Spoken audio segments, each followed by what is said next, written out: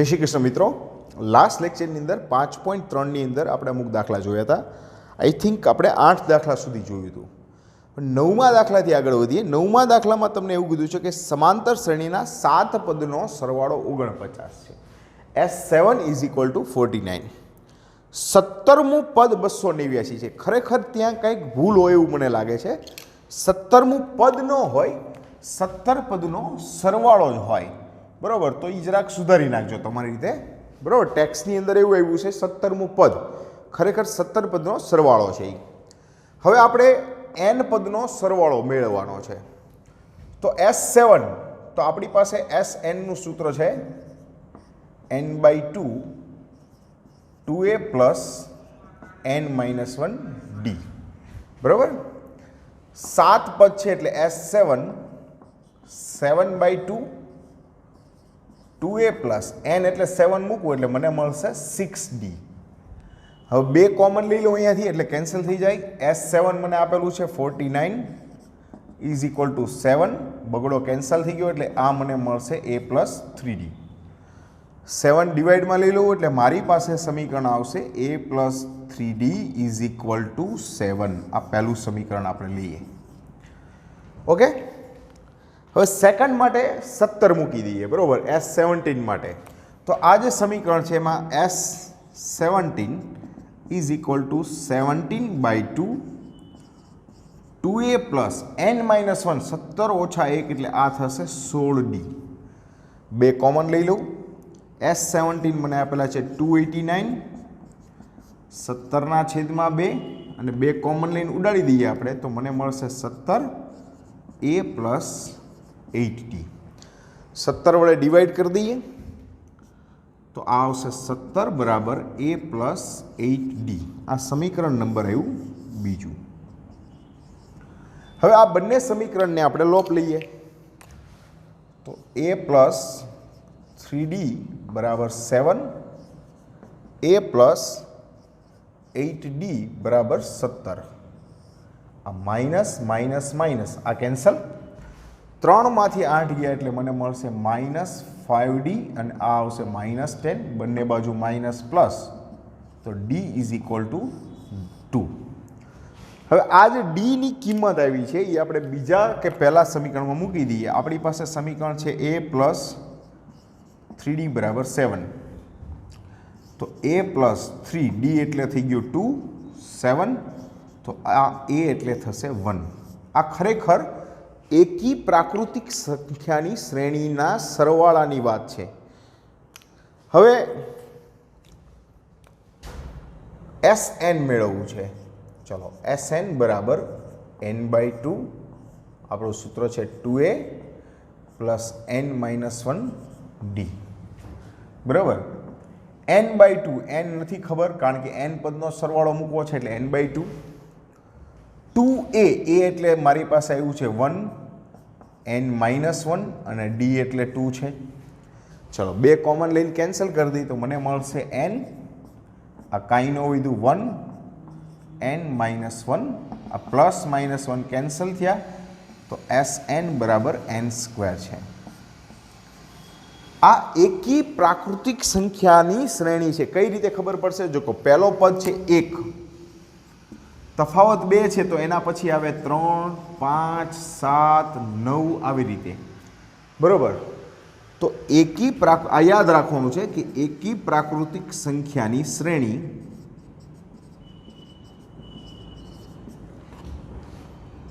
ના n પદનો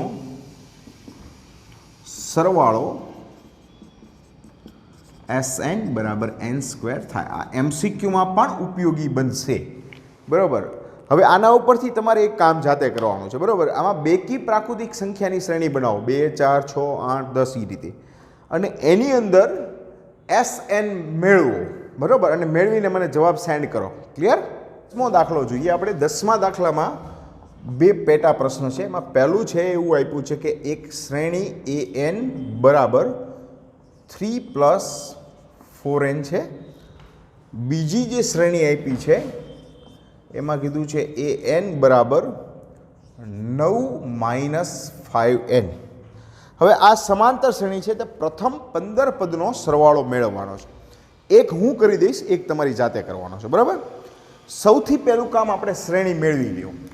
દાખલા તરીકે A1 એટલે પહેલું પદ, એનની જગ્યાએ 1 મૂકો એટલે 3 + 4 × 1 તો આ 7, બરાબર. પ્રથમ પદ A1 કયો અથવા તો A કયો, બે સરખું જ છે. બીજું પદ મેળવવા માટે A2 તો 3 + 4 × 2 આ મને મળશે 11. આ A2 આવી ગયું. તો હવે મારી શ્રેણી રેડી થઈ ગઈ કે એક આવશે 7, 11, 4નો ગેપ છે 15, 19 આ આપણી શ્રેણી છે. હવે આ શ્રેણીના પ્રથમ 15 પદનો સરવાળો કરવાનો છે. ચાલો, તો આમાં 15મું પદ એ મેળવી શકાય જો તમારે પ્રથમ પદ અને અંતિમ પદ બંને મેળવીને સૂત્રનો ઉપયોગ કરવો હોય તો. આપણે જનરલ સૂત્રની વાત કરી તો Sn બરાબર n/2 2a + n-1d. 15 પદ એટલે S15 15/2 2. પ્રથમ પદ આવ્યું છે 7 પ્લસ 15 છે એટલે 15 - 1 આવશે 14 અને d બરાબર મારા માટે છે 4. 2 કોમન લઈને કેન્સલ કરી નાખી છે તો S15 બરાબર 15, 7 વધશે અહીંયા વત્તા 14 × 2 = 28 વધશે, બરાબર. તો આ 15 અને 28 ને 7 થશે 35. 35 × 15 કરો એટલે આ તમને મળશે 385. આ S15 આવશે, બરાબર. તો આ 15 પદનો સરવાળો. હવે તમારે આ જે દાખલો છે એ જાતે ગણવાનો છે, બરાબર. ક્લિયર? 11મો દાખલો. 11મા દાખલામાં કીધું છે કે સમાંતર શ્રેણીના n પદનો સરવાળો. ચાલો, Sn આ n પદનો સરવાળો આપ્યો છે 4n - n². તો પ્રથમ પદ કયું હશે? પ્રથમ 2 પદનો સરવાળો એટલે S2 કયો હશે? બીજું પદ કયું હશે? A2. અને આ જ રીતે 10મું અને nમું પદ શોધો, બરાબર. A10 શોધવાનું છે અને nમું પદ એટલે an શોધવાનું. જો ઘણું બધું શોધવાનું કીધું છે આપણને. તો પહેલું તો મારે એક સૂત્ર તમને સમજાવવું છે. એક જ મિનિટ. એક સૂત્ર મારે તમને સમજાવવું છે. આપણી પાસે દાખલા તરીકે એક શ્રેણી છે 1, 4, 7, 10, 13 આવી એક શ્રેણી છે, બરાબર. હવે દાખલા તરીકે એમાં 4 પદનો સરવાળો કરું છું. કેટલા પદનો? 4 પદનો. તો આ 1, 2, 3 ને 4 હું સીધો સરવાળો જ કરી દઉં. 17, 4, 21 ને 1, 22. 3 પદનો સરવાળો કરું છું. 7 ને 4, 11 ને 1, 12, બરાબર. હવે હું 4 પદના સરવાળામાંથી 3 પદનો સરવાળો બાદ કરું. 4 પદનો સરવાળો મારી પાસે કેટલો આવ્યો છે? 22. 3 પદનો સરવાળો કેટલો આવ્યો છે? 12. તો આ બેનો બાદબાકી કરું તો મને મળ્યા 10. 10 એટલે જુઓ તો કેટલામું પદ છે? 1, 2, 3 અને 4. તો આમ કહી શકાય આ A4. તો આખું સૂત્ર ન થઈ ગયું કે A4 બરાબર S4 - S3.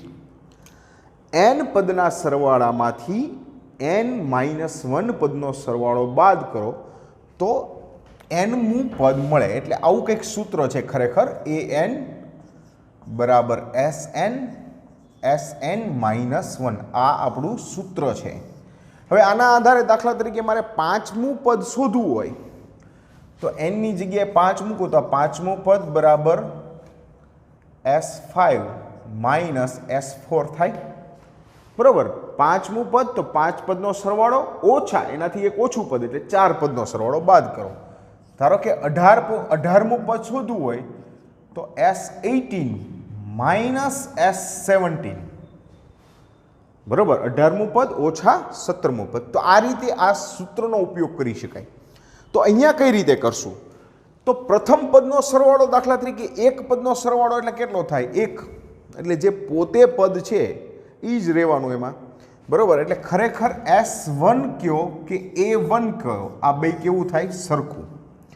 તો મારે પહેલું પદ શોધવું છે તો પહેલું પદ મારી પાસે Sn આપેલું છે 4n માઇનસ nનો સ્ક્વેર, તો S1 4 × 1 -1, તો S1 બરાબર મને મળ્યું 3. તો આ S1 એટલે શું છે? પ્રથમ પદ એ S1 કહેવાય. તો પ્રથમ પદ 3 મળી ગયું. હવે મારે લેવું છે S2. S2 બરાબર બે પદનો સરવાળો. તો S2 જ્યારે હું કરું ત્યારે S2 એટલે આપણી પાસે સૂત્ર છે 4n, nની જગ્યાએ બગડો મૂકું તો -2². આ 4 × 2 = 8 ઓછા 4 કેટલા આવ્યા? 4. આ S4 આવ્યો, 4 પદનો સરવાળો. હવે મારે A2 મેળવવું છે. બરાબર, A2 એટલે શું થશે? આ સૂત્રનો ઉપયોગ કરો, nની જગ્યાએ બગડો મૂકું તો આ મને મળશે S2 -2 ઓછા 1 કેટલા આવશે? S1. S2 મારી પાસે છે, ક્યાં છે S2? S2 યસ, અહીંયા S2 છે. સોરી, S2 = 4 ઓછા S1 એટલે કેટલા છે? 3. 4 માંથી 3 ગયા એટલે 1 આવ્યા. આ આવ્યું A2. હવે આખી શ્રેણી તૈયાર થઈ ગઈ તમારા માટે. કઈ રીતે? કે પ્રથમ પદ છે 3,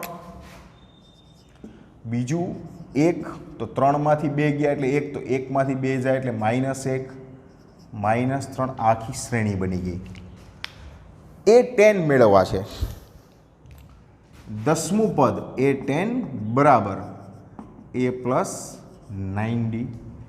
A એટલે 3 વત્તા 9, D એટલે છે -2. બરાબર, D જો D = A2 - A1, 1 - 3 = -2. તો આ આવશે 3 - 18, તો A10 બરાબર આવશે -15. આ 10મું પદ મેળવ્યું. હવે આપણે શોધવું છે પાછું an પણ શોધવાનું છે, n પદ. તો an નું સૂત્ર આપણી પાસે છે A + n - 1D. nમું પદ છે એટલે n ની કિંમત નહીં મૂકીએ. તો પ્રથમ પદ આપણી પાસે શું આવ્યું છે? 3.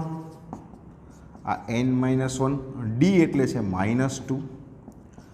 3 ± -2n -2. તો an બરાબર આવ્યું 5 - 2n. આ nમું પદ મળી ગયું આપણને. તો આમાં બેઝિક શીખવાનું શું છે? શીખવાનું આ સૂત્ર છે. બરાબર, કે an બરાબર Sn - Sn - 1. હવે દાખલા તરીકે તમને કોઈ n પદનો સરવાળો આપ્યો છે, 10મું પદ શોધવાનું કે, તો A10 બરાબર શું થાય? S10 - S9. તો S10 કઈ રીતે મળવું? તો આ જે છે એમાં 10મું પદ એટલે n બરાબર 10 મૂકો એટલે 10 પદનો સરવાળો મળે. n બરાબર 9 મૂકો એટલે 9 પદનો સરવાળો મળે. બંનેની બાદબાકી કરી દો એટલે 10મું પદ મળે. ધારો કે તમને સીધું એમ કીધું હોય કે nમું પદ શોધો, તો શું કરશો? તો પહેલું પદ, બીજું પદ. બરાબર, પહેલું પદ શોધવાનું, બીજું પદ શોધો એટલે આખી શ્રેણી મળી જાય અને આ શ્રેણી ઉપરથી nમું પદ તમે મેળવી શકો. ક્લિયર? નેક્સ્ટ એક્ઝામ્પલ લઈએ. 12મો દાખલો. 6 વડે વિભાજ્ય પ્રથમ 40 ધન પૂર્ણાંકોનો સરવાળો મેળવો. બરાબર, 10મો દાખલો આપણને એવું કહે છે કે 6 વડે વિભાજ્ય પ્રથમ 40 પદનો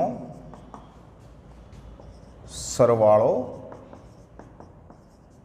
મેળવો.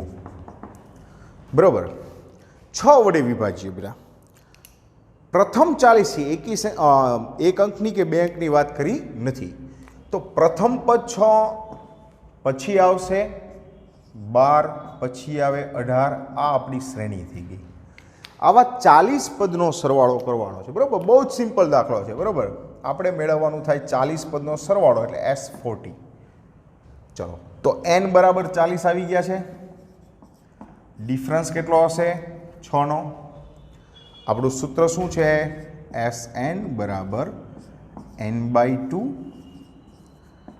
2a + n - 1d. ચલો, 40 પદ એટલે n ની જગ્યાએ 40, આ 40 / 2, 2a એટલે થશે 6 પ્લસ 40 માંથી 1 ગયા એટલે 39, d એટલે મારા માટે છે 6. આ આવશે 20 12 39 ગુણ્યા 6 કરીએ એટલે 6 ચોક 24, 240 માંથી 6 જાય એટલે 294. આ 20, આ બેનો કરીએ સરવાળો એટલે 6 306, એને ગુણ્યા 2 કરો એટલે આ આવશે 612 અને પાછળ મીંડું આ S40 આવ્યું. શું છે આ? 40 પદનો સરવાળો. કયા 40 પદ? 6 વડે વિભાજ્ય હોય એવી પ્રથમ 40 પૂર્ણાંક સંખ્યાનો સરવાળો છે. નેક્સ્ટ એક્ઝામ્પલ જોઈએ આપણે. આ 12મો દાખલો હતો, સોરી 10મો તો આપણે ક્યારનો ગણી લીધો છે. 13મા દાખલાની અંદર આ જ રીતનું કંઈક છે. એમાં તો કીધું છે 8ના પ્રથમ 15 ગુણિતોનો સરવાળો મેળવવાનો છે. શું કીધું છે? 8ના પ્રથમ 15 ગુણિતોનો સરવાળો. હવે જો આ દાખલો તમારી જાતે કરવાનો છે, માત્ર હિન્ટ તમને આપું છું. 8નો પ્રથમ ગુણિત હોય 8, પછી 16, 24, મૂળ 8નો ઘડિયો. તો આવા 15 પદનો સરવાળો તમારે જાતે મેળવવાનો છે. ક્લિયર? હું નેક્સ્ટ એક્ઝામ્પલ લઉં છું. 14મો દાખલો આપણા માટે છે.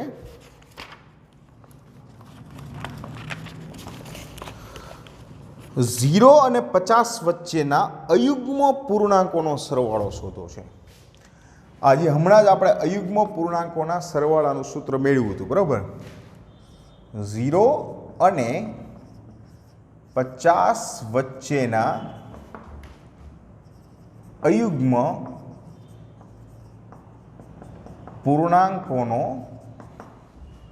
સરવાળો મેળવવાનો છે આપણે. તો 0 અને 50 વચ્ચેના અયુગ્મ પૂર્ણાંકો એટલે આ 1, 3, 5, 7 અને છેલ્લું પદ આવશે 49. આનો આપણે સરવાળો મેળવવાનો છે. તો સૌથી પહેલું કામ તો એ કરવું પડશે, આપણી પાસે સૂત્ર છે જ તે, પણ બંને સૂત્રની અંદર n આવશે. n એટલે કુલ કેટલા પદનો સરવાળો છે એ આપણને ખબર નથી. તો એટલા માટે આપણે છેલ્લું પદ જે છે 49 એ કયા ક્રમનું છે એ જાણવું પડશે. તો લખીએ કે ધારો કે nમું પદ 49 છે, બરાબર? ધારો કે nમું પદ 49 છે. ચાલો, તો આ an બરાબર 49, આ a પ્લસ n-1 d બરાબર 49. પ્રથમ પદ આપણી પાસે 1 છે, n-1 d એટલે તફાવત 2 છે, એકી સંખ્યા છે એટલે 2નો તફાવત હોય. એકડો આ બાજુ જવા દો, આ મને મળશે n-1 × 2 બરાબર 48, n-1 બરાબર 24, તો n બરાબર 25. આ 25 પદનો સરવાળો કરવાનો છે આપણે. હવે આપણી પાસે જે સૂત્ર છે, પ્રથમ પદ અને અંતિમ પદ બંને ખબર હોય ત્યારે આપણે સૂત્ર વાપરીએ છીએ Sn બરાબર n/2 a plus l. n એટલે 25 પદ છે, પ્રથમ પદ 1 છે અને છેલ્લું પદ 49 છે. આ 25 છેદમાં 2 ગુણ્યા 50, છેદ ઉડાડી દો, તો Sn બરાબર આવશે 625. હવે મિત્રો, હમણાં આપણે એક દાખલાની અંદર મેં તમને કીધું હતું કે એકી સંખ્યાનો સરવાળો Sn બરાબર n² થાય. તો n બરાબર કેટલા પદ છે? 25 પદ છે. તો S25 બરાબર 25નો સ્ક્વેર કરો, કેટલા આવી ગયા જુઓ તો 625. થઈ ગયું બે સરખું. પણ આપણે જ્યારે દાખલા સ્વરૂપે પૂછ્યું હોય ત્યારે આખું આ દર્શાવવું પડશે. ક્લિયર? હવે એક સાવ અલગ દાખલો અને ખૂબ અગત્યનો દાખલો કરાવું છું. બરોબર ધ્યાનથી જોજો. આવા 2 દાખલા કરાવું છું. ખરેખર કૂટ પ્રશ્નો આના પછી છે, પણ કૂટ પ્રશ્નો નથી લેતો હું. 5.4 જે વૈકલ્પિક સ્વાધ્યાય છે એમાંથી પહેલો. જનરલી વૈકલ્પિક સ્વાધ્યાયમાંથી પૂછાવાનું નથી, પણ આ દાખલો પૂછાય એવો છે. એક શ્રેણી આપેલી છે 121, 117, 113. આ શ્રેણીનું પ્રથમ ઋણ પદ શોધવાનું છે. શું કીધું છે? પ્રથમ ઋણ પદ મેળવો. ખાસ જોજો મિત્ર, શું કીધું છે? પ્રથમ ઋણ પદ મેળવો. ઘટતી શ્રેણી છે એટલે સ્વાભાવિક છે કે એક સમય માઇનસમાં જશે, તો એ ક્યારે માઇનસમાં જશે એ આપણે જાણવાનું છે.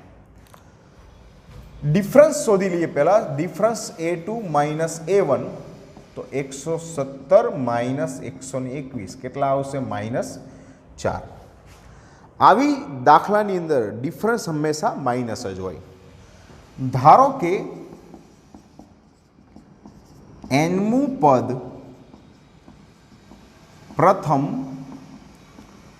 ઋણ પદ છે, બરાબર. ધારો કે nમું પદ પ્રથમ ઋણ પદ છે, તો an લેસ ધેન 0, આ ખાસ જોજો. an લેસ ધેન 0, ઋણ એટલે 0 થી નાનું. an નું સૂત્ર લખીએ એટલે a plus n-1d less than 0.